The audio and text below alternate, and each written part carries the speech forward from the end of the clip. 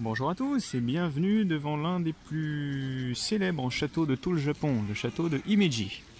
Il a été construit comme une simple fortification au sommet d'une colline au milieu du XIVe siècle. Et en fait, il connaît que sa forme finale que vous voyez à présent qu'en 1618.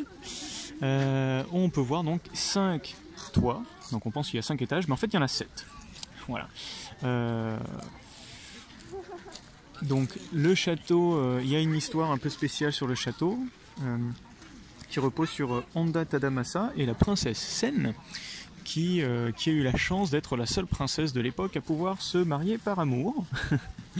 Et voilà, apparemment, parce que c'était une époque voilà, où il y avait beaucoup de guerres, et donc on mariait évidemment les jeunes filles, les seigneurs mariaient leurs jeunes filles à des ennemis ou des alliés pour renforcer leur alliance, ou pour déclarer la paix, etc. etc. Donc voilà, il a été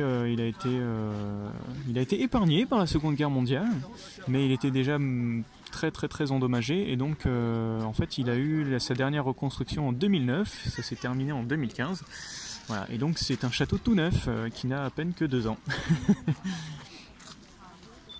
Donc voilà, on peut monter jusqu'au dernier étage parce que alors, aujourd'hui, en fait, je ne le savais pas, mais c'est la journée de la culture du Kansai, donc l'entrée du château est gratuite. Voilà, on est le 18 novembre, je ne sais pas si ce sera la même chose tous les ans, mais lors de cette journée, l'entrée est gratuite, toutes les visites sont gratuites, donc c'est super, j'apprécie la chance que j'ai, et voilà.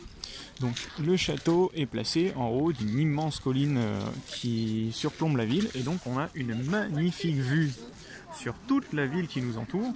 Donc toute la zone du château, en fait, c'est toute la zone qui est là, devant nous, toute la verdure et toute la forêt, enfin la forêt, l'immense jardin qui se trouve devant nous. Je vais essayer de... Voilà.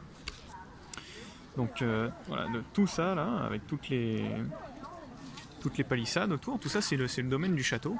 Et avant, enfin à l'époque médiévale, c'était vraiment toute une ville, toute une ville était là avant que la ville soit construite autour du château. Voilà, donc on a une super bonne vue sur tous les environs. Comme vous pouvez le voir, le soleil est déjà assez bas. Moi je vais attendre un peu le coucher de soleil pour avoir des très bonnes photos.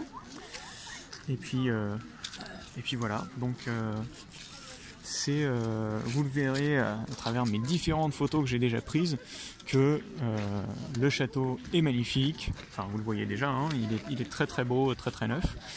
L'intérieur est aussi très beau.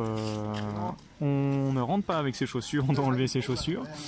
Et voilà, donc l'intérieur est très beau aussi. Depuis le sommet, on a une vue magnifique. Alors voilà, j'ai pas pu prendre de vidéo depuis le sommet parce que c'est littéralement blindé de monde. Donc il faut faire la queue pour atteindre le sommet, mais bon, ça vaut le coup parce que la vue est juste incroyable et superbe. Donc rien que déjà, voilà, on peut voir d'ici que la vue est quand même pas mal. Et ben du sommet, c'est encore mieux.